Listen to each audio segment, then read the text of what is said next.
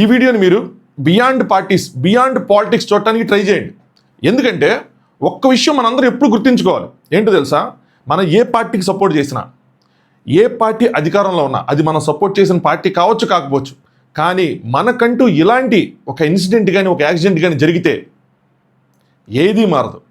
Situation same ఉంటుంది. నువ్వు support చేసి పార్టీ అధికారంలో ఉన్నా, నువ్వు సపోర్ట్ చేయని పార్టీ అధికారంలో ఉన్నా, నీ పరిస్థితి కానీ నా పరిస్థితి కానీ ఇలాగే ఉంటుంది. మాట్లాడుకుందాం. హాయ్ ఫ్రెండ్స్, నా పేరు Anand. Welcome to Anand news. ముంబైలో నిన్న ఒక మెట్రో కన్స్ట్రక్షన్లో ఉన్న మెట్రోకి సంబంధించిన స్లాబ్ ఒకటి పడిపోయి ఒక 3 వ్యక్తులు తీవ్రంగా గాయపడ్డారు. ఒక మనిషి చనిపోయారు.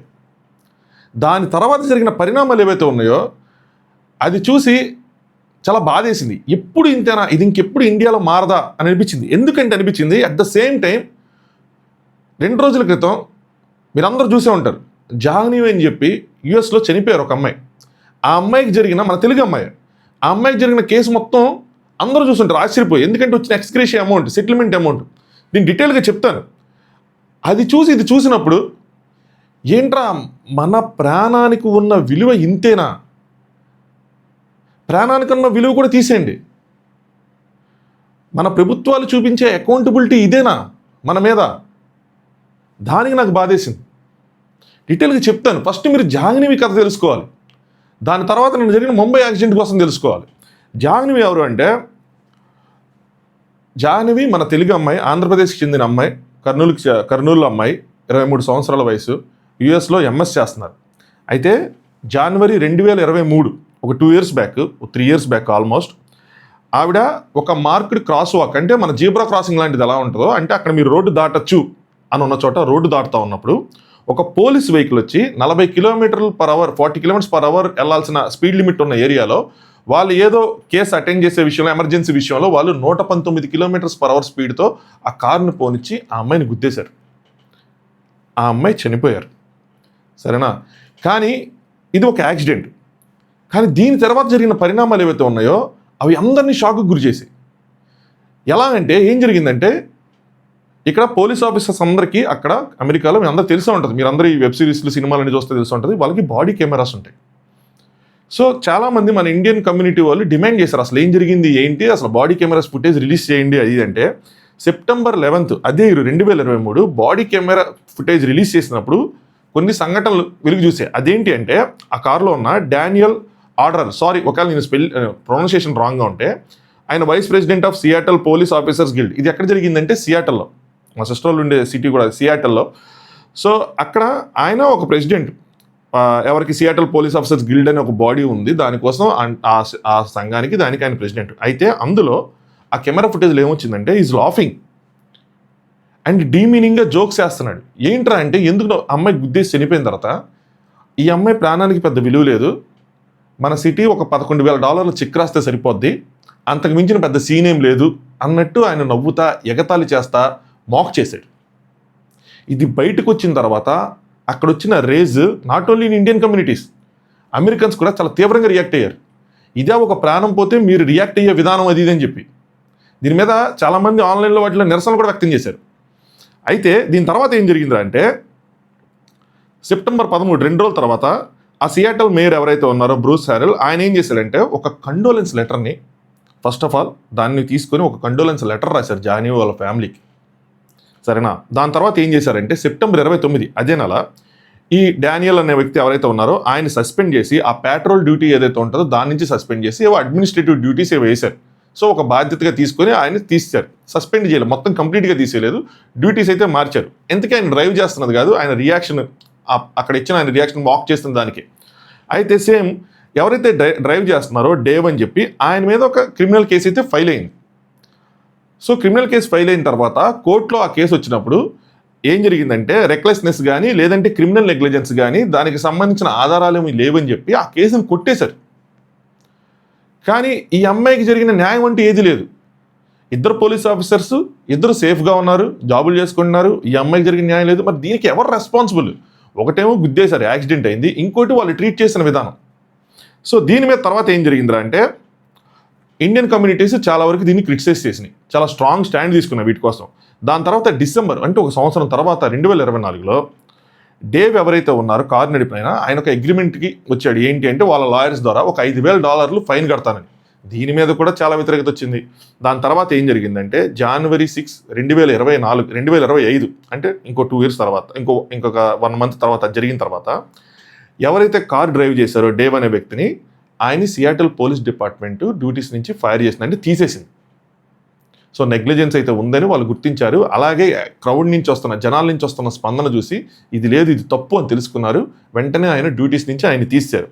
దాని తర్వాత ఏం జరిగిందంటే ఇది సరిపోదు, ఇది ఖచ్చితంగా సరిపోదు. ఎందుకంటే ఒక అమ్మాయి, ఆ అమ్మాయి తప్పు లేకుండా 23 సంవత్సరాల అమ్మాయి, ఆ అమ్మాయి తప్పు లేకుండా వేరే వాళ్ళు అంటే పోలీసులు వాళ్ళేదో కేసు కోసం వెళ్తా వాళ్ళ నెగ్లిజెన్స్తో గుద్ది ఆ అమ్మాయి చనిపోయింది. కాబట్టి మన వాళ్ళు ఏం చేశారంటే అక్కడే ఒక అటర్నీ వచ్చి వాళ్ళంతటా వాళ్ళే వీళ్ళ జానీ వాళ్ళ ఫ్యామిలీతో మాట్లాడి $110 million, $110 million ఒక లాసూట్ ఫైల్ చేశారు. 2 రోజుల క్రితం ఏం జరిగిందంటే వాదోపవాదాలన్నీ జరిగిన తర్వాత 1 year తర్వాత వాళ్ళే ఆ సిటీ వాళ్ళే వీళ్ళతో, ఈ లాయర్తో, వీళ్ళ ఫ్యామిలీతో సెటిల్మెంట్ కోసం వచ్చారు. వచ్చి ఏం చేశారంటే $29 million, $29 million కాంపెన్సేషన్ కింద సెటిల్మెంట్ కింద not exactly as a compensation, settlement కింద ఆఫర్ చేశారు. అంటే మన కరెన్సీలో 262 కోట్లు 262 కోట్లు ఆఫర్ చేసిన తర్వాత వీళ్ళు దాన్ని యాక్సెప్ట్ చేశారు. బట్ దానికన్నా ముందు ఇంకొక ట్రాజడీ జరిగింది. అదేంటంటే 2 days బ్యాక్ జానీ వాళ్ళ ఫాదరు గుండెపోటుతో చనిపోయారు. వాళ్ళ మదరు నేనేం చేసుకుంటాను ఎంత అని చెప్పి ఏడుస్తున్నారు. బట్ ది థింగ్ ఈ సపరేట్, ఇవి పక్కన పెడితే మీరు గమనించాల్సిన విషయాలు ఏంటంటే ఇక్కడ ఒక ప్రాసెస్, ఒక రెస్పాన్సిబిలిటీ అండ్ అన్నిటికన్నా ముఖ్యంగా వాళ్ళ ఇంటెంట్. అంటే ఆఫీసర్లు తప్పు చేసినప్పుడు ఆ సిటీ వాళ్ళ ప్రజలు కానీ ఆ మేయర్ కానీ వాళ్ళు రియాక్ట్ అయిన విధానం, అలాగే అక్కడున్న లాయర్స్, అడ్వకేట్స్ ఎవరైతే వీళ్ళతో మాట్లాడారో అటర్నీస్, వాళ్ళ స్వార్థం కూడా ఉండొచ్చు ఈ డబ్బుల మీద. బట్ మీరన్నీ గమనిస్తే ఏంటంటే రెస్పాన్సిబిలిటీ అన్నది చాలా క్లియర్గా కనిపిస్తుంది. ఏదో ఎవరో చనిపోయారు, ఈ బాడీ క్యామ్ ఫుటేజ్లు ఎన్ని రిలీజ్ చేసేసి ఏదైనా చేయలా. ఆ ప్రాసెస్ అన్నది చాలా సిస్టమేటిక్గా జరిగింది. వాళ్ళ డిపార్ట్మెంట్ పోలీసులు వాళ్ళు కాపాడుకోవాలి అనుకుంటే ఎంతసేపు కాపాడుకోవచ్చు కదా, లేదు, వాళ్ళు ప్రాసెస్కి స్టిక్ ఆన్ అయి ఉన్నారు. ఇది జరిగింది యాక్సిడెంట్ అయినా కూడా రెస్పాన్సిబిలిటీ క్రియేట్ చేశారు, అక్కడ రెస్పాన్సిబిలిటీ తీసుకున్నారు, ఆఫీసర్ని డ్యూటీలోంచి తప్పించారు, ఇంకొకరిని అక్కడి నుంచి ఆ డ్యూటీలను తీసేసి వేరే దాంట్లోకి మార్చారు. అది కెరీర్లో ఎఫెక్ట్ అవుతుంది. అన్నింటికన్నా ముఖ్యంగా ఒక ఫైనాన్షియల్ అకౌంటబిలిటీని చూపించారు. 262 కోట్లు ఆఫర్ చేసి, ఇది మెయిన్ పాయింట్, ఇది మేజర్ పాయింట్. ఇప్పుడు మనం మన విషయానికి వద్దాం. మన విషయం ఏంటంటే ముంబైలో LBS రోడ్లో ఒక అండర్ కన్స్ట్రక్షన్లో ఉన్న ఒక ముంబై మెట్రో బ్రిడ్జ్ స్లాబ్ పడిపోయింది. అట్ ద సేమ్ టైం కింద వెహికల్స్ అన్నీ వెళ్తూ ఉన్నాయి. అక్కడే ఒక స్కోడా కారు, ఒక ఆటో ఆ టైంకి వెళ్తూ ఉంటే వాటి మీద ఆ స్లాబ్ పడిపోయింది. 3 తీవ్రంగా గాయపడ్డారు. ఒక అతను చనిపోయాడు, స్పాట్ డెడ్. ఆటోలో ఉన్న ఆయన స్పాట్లో కాదు, కొంచెం అటు ఇటుగా స్పాట్ నుంచి అక్కడ చనిపోయింటారని హాస్పిటల్ డిక్లేర్ చేశారు చనిపోయారని చెప్పి. దీని తర్వాత జరిగిన పరిణామాలు ఏవైతే ఉన్నాయో అవి తీవ్రంగా బాధించినాయి. ఎందుకు అంటే రామ్దాన్ యాదవ్ అనే వ్యక్తి చనిపోయారు. సో మహారాష్ట్ర చీఫ్ మినిస్టర్ ఆయన దేవేంద్ర ఫడ్నవీస్ గారు, ఆయన దీని గురించి మాట్లాడతా 5 లక్షల ఎక్స్గ్రేషియా ఎవరైతే చనిపోయారో ఆ కుటుంబానికి ఆయన అనౌన్స్ చేశారు. కొన్ని రిపోర్ట్స్ ఏవి వచ్చినాయి, ఇది ఇమీడియట్ రిలీఫే ఇంకా ఉంటుంది అది అని చెప్పి. బట్ అది కొన్ని రిపోర్ట్స్, అది ఇంకా కన్ఫర్మ్ అవ్వాలి. దీని తర్వాత వాళ్ళ DCM ఎవరైతే ఉన్నారో డిప్యూటీ చీఫ్ మినిస్టర్, ఆయన ఏం చెప్పారంటే కొన్ని రిపోర్ట్స్కి అకార్డింగ్లీ ఏక్నాథ్ షిండే గారు, లేదు కాంపెన్సేషన్ 5 లక్షలు సరిపోదు, దాన్ని కనీసం 15 లక్షలకైనా పెంచాలి అన్నారు. నాకు ఏంటి, ఒక మనిషికి మీరు ప్రాణంకి విలువ కట్టినప్పుడు ఇంతేనా? అది వాళ్ళ నెగ్లిజెన్స్ లేకుండా వాళ్ళంతటా వాళ్ళు రోడ్డు మీద వెళ్తుంటే, ఇప్పుడు ఆ కారు ఆయన ఉన్నాడు, కారు కొన్న తర్వాత దానికి ఎంత ట్యాక్స్ కట్టుంటాడు, రోడ్ ట్యాక్స్ అని, రిజిస్ట్రేషన్ ట్యాక్స్ అని, సెస్ అని, GST అని ఎన్ని కట్టుంటాడు. కారు నుక్కు అయింది. దాని గురించి ఎవరైనా ఇప్పుడు ఆయనకి ఎటువంటి ఇన్సూరెన్స్ ఉందో తెలియదు, బేస్డ్ ఆన్ దట్ ఇన్సూరెన్స్ అది క్లెయిమ్ అవుతుంది. దాని గురించి గవర్నమెంట్ తీసుకునే రెస్పాన్సిబిలిటీ ఏంటి? ఇలా ప్రాణాల కోసం గవర్నమెంట్ ఇచ్చే ఎక్స్గ్రేషియా ఇదేం రెస్పాన్సిబిలిటీ? నెక్స్ట్ క్షతగాత్రులు ఎవరైతే ఉన్నారో, గాయపడిన వాళ్ళు ఎవరైతే ఉన్నారో వాళ్ళ గురించి ఎంత ఖర్చైనా మేము భరిస్తామన్న విధంగా చెప్తున్నారు. భరించాలి, అది పెద్దదిగా చెప్తున్నారు. కానీ వాళ్ళకి ఖర్చులు భరించి వదిలేస్తారు అంతే. వాళ్ళకి ఎటువంటి కాంపెన్సేషన్ ఇస్తారు? ఇప్పుడు మీరు ఖర్చులు భరించి వదిలేస్తారు. ఎవరైనా సరే అందులో ఒక అవయవాన్ని కోల్పోతే వాళ్ళ పరిస్థితి ఏంటి? వాళ్ళకి ఎంత ఇస్తారు తెలుసా? 2.5 లక్షలు 3 లక్షలు ఇచ్చి చేతులు దులుపుకుంటారు. ఇక్కడ ఇంకొక ట్విస్ట్ ఉంది. నన్ను ఎక్కువగా కలచవేసింది ఇదే. ఏంట్రా అంటే ఈ అధికారులు ఎవరైతే ఉన్నారో వాళ్ళు మాట్లాడుతూ వాళ్ళు చెప్పింది ఏంటో తెలుసా? ఎవరైతే కాంట్రాక్టర్ ఉన్నాడో ఆయనకి పెనాల్టీ కింద 5 కోట్లు, అండ్ ఈ కాంట్రాక్టర్ని మానిటర్ చేయడానికి ఎవరైతే కన్సల్టెంట్ ఉంటారో వాళ్ళకి ఆ కంపెనీకి పెనాల్టీగా 1 కోటి రూపాయలు. అంటే 6 కోట్లు మీరు పెనాల్టీగా వసూలు చేశారు. అదే దాంట్లో అదే యాక్సిడెంట్లో చనిపోయిన వాళ్ళకి మాత్రం, చనిపోయిన అతనికి మాత్రం 5 లక్షలు. అంటే దీంట్లో కూడా వీళ్ళు బిజినెస్ చేసినట్టే కదా. అది తీసుకొని వీళ్ళకి ఇచ్చుంటే అందులో కనీసం 1 కోటి రూపాయలని అనౌన్స్ చేస్తుంటే అనుకోవచ్చు.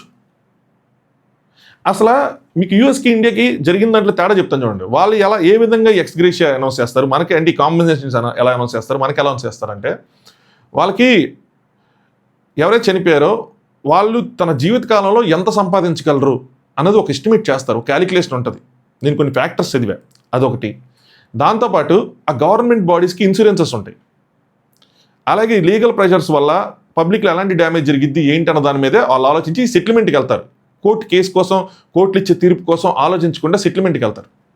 మనోళ్ళు కూడా ఈ కాంపెన్సేషన్ సరిపోదు అని చెప్పి సెటిల్మెంట్ కోసం కోర్టులో కేసేయచ్చు.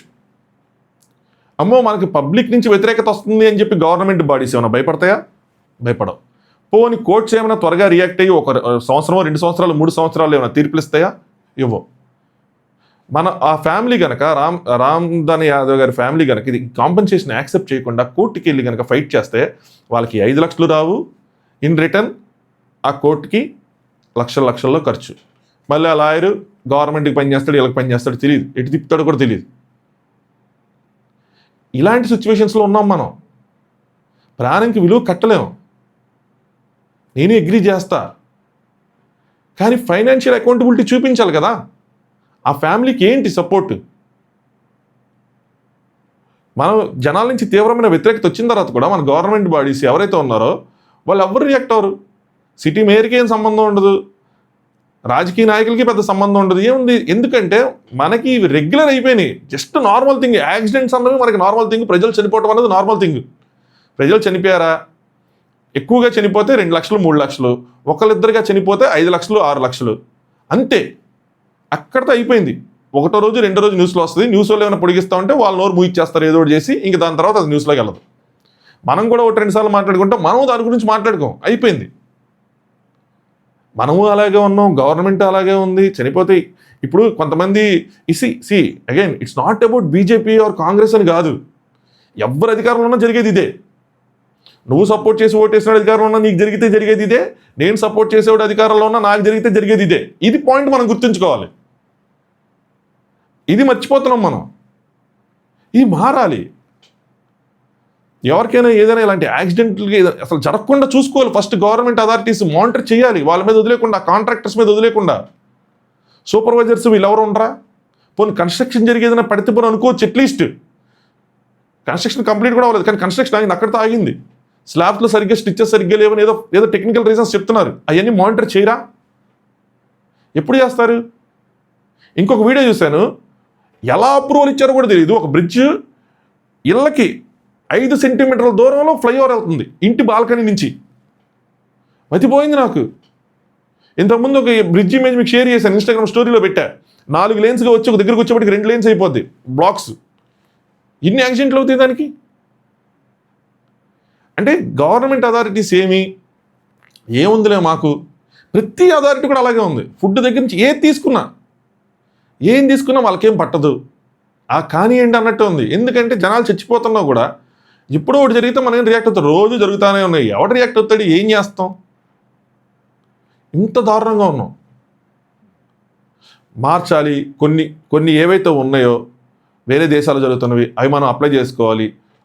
ఆ ఇన్సూరెన్స్ సిస్టమ్ని తీసుకురావాలి. యాక్సిడెంట్లకి ఏదైనా జరిగితే కనుక గవర్నమెంట్ దానికి రెస్పాన్సిబిలిటీ తీసుకోవాలి. ఆ పర్టికులర్ గవర్నమెంట్ ఆర్గనైజేషన్స్ ఏవైతే ఉన్నాయో వాళ్ళు ఎక్కువ రెస్పాన్సిబిలిటీ తీసుకోవాలి. ఎవరైతే కాంట్రాక్టర్స్ మీద వాళ్ళ మీద నెట్టేయకుండా, అఫ్కోర్స్ వాళ్ళ దగ్గర నుంచి వసూలు చేయాలి, ముక్కుపిండి వసూలు చేయాలి, వాళ్ళే రెస్పాన్సిబుల్. దాంతోపాటు గవర్నమెంట్ అఫీషియల్స్ కూడా రెస్పాన్సిబుల్. వాళ్ళ మీద నెట్టేసి చేతులు దులిపేసుకోవడానికి లేదు. వీళ్ళు కూడా మానిటర్ చేయాలి కదా, ఏం జరుగుతుంది ఏంటి అని చెప్పి. వాళ్ళ మీద చర్యలు తీసుకోవాలి. మన వాళ్ళు ఏం చేస్తారు, మ్యాక్సిమం సస్పెండ్ చేస్తారు. ఎందుకు సస్పెన్షన్? అరే లంచాలు తీసుకుని దొరికిపోతే సస్పెండ్ చేసి వదిలేస్తారు మన వాళ్ళు. ఎందుకు కంప్లీట్గా జాబ్ నుంచి టెర్మినేట్ చేయరు? ఎందుకు? జనాభా ఎక్కువైపోయి, మన జనం ఎక్కువైపోయి, మన గోల ఎక్కువైపోయిందా? ఇదేనా మనం తీసుకునే రెస్పాన్సిబిలిటీ? ఇవన్నీ ఎందుకు మారవు? ఇవన్నీ ఎందుకు మనం క్వశ్చన్ చేయం? ఎంతసేపు ఆడెవడో ఉదయం వస్తాడు, పట్టుకొని బత్తాలు అంటాడు. మనం దానికి అన్నా నువ్వు సూపర్, అన్నా నువ్వు తోపు, అన్నా నువ్వు అంతే. యాక్చువల్గా జరిగే ప్రాబ్లమ్స్ని అడ్రస్ చేసి దానికి సొల్యూషన్స్ చెప్పట్లేదు. మతాల పేరుతో ఎవరైనా సరే విద్వేషాలు రెచ్చగొడుతున్నారు. ఉదయం నుంచి సాయం దాకా అదే జరుగుతుంది. ఆ పార్టీ వాళ్ళు వీళ్ళకి సపోర్ట్ చేస్తారు, వీళ్ళు చేసే వీడియోలకి. ఈ పార్టీ వాళ్ళు వాళ్ళకి సపోర్ట్ చేస్తారు, వాళ్ళు చేసే వీడియోలకి. అదే జరిగిద్ది. ఎవరైనా వచ్చి ఏదైనా మాట్లాడారు అనుకోండి, నీ కులం ఏంటి, నీ మతం ఏంటి, నువ్వే ఎవరికి సపోర్ట్ చేస్తున్నావు, ఇదే ఉంటుంది. అంతేగాని సరే ప్రాబ్లం ఇది, సొల్యూషన్ ఇది, గవర్నమెంట్ మీద మనం పెట్టాల్సిన ప్రెషర్ ఇది అని ఎవరైనా తీసుకెళ్తున్నారా? మాట్లాడడం. మన స్థాయిలో మనం ఎంతవరకు చేయగలం అంతవరకు చేస్తాం. కానీ పెద్ద స్థాయి వ్యక్తులు కూడా, ఒక చేంజ్ తీసుకురాగల వ్యక్తులు కూడా ఆ రేంజ్లో ఆలోచించలేకపోతున్నారు. వాళ్ళు వ్యూస్ దానికోసమే, సబ్స్క్రైబర్స్ కోసమే అన్నట్టు ఉంది. అంతేగాని ఒక రియల్ ఇంపాక్ట్ తీసుకొద్దాం, ఏదైనా ఒకటి తీసుకుని దాని గురించి కంప్లీట్గా పోరాడదాం అన్న ఇది మాత్రం ఎవరు చూపించట్లా. నీకు ఎవరు క్రిటిసైజ్ చేశానని కాదు, నేను చెప్తున్న ఫ్యాక్ట్స్ నాకు అనిపిస్తున్నాయి. నాకే అనిపిస్తే మరి అందరికీ అనిపిస్తే నాకు తెలియదు. వీటి మీద, రియల్ ఇష్యూస్ మీద వాటి మీద ఎవరు పోరాటం కానీ ఏం లేదు. కులం, మతం ఇంతే. ఆ పార్టీ బీజేపీ, కాంగ్రెస్, తెలుగుదేశం, వైఎస్ఆర్సీపీ, జనసేన ఏ గోలు ఉంటున్నాయి. ఇష్యూ ఇది, సొల్యూషన్ ఇది. నెక్స్ట్ ఒక యాక్సిడెంట్ జరిగితే ఏం చేయాలి, ఇంతేనా? నాకు జరిగితే కూడా 5 లక్షలే మన మొహాన.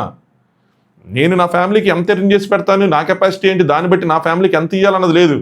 మహా అయితే ఏమంటారు, చదువుకున్నావు కదా టర్మ్ ఇన్సూరెన్స్ తీసుకో అంటారు. మనం ఎట్టా చేయాలి? అందరూ తీసుకోలేరు కదా. నేను తీసుకున్నా, మీరు తీసుకున్నారా? లేదు కదా. మా ఫాదర్కి లేదు. డిపెండెన్సీ ఉంటే పరిస్థితి ఏంటి?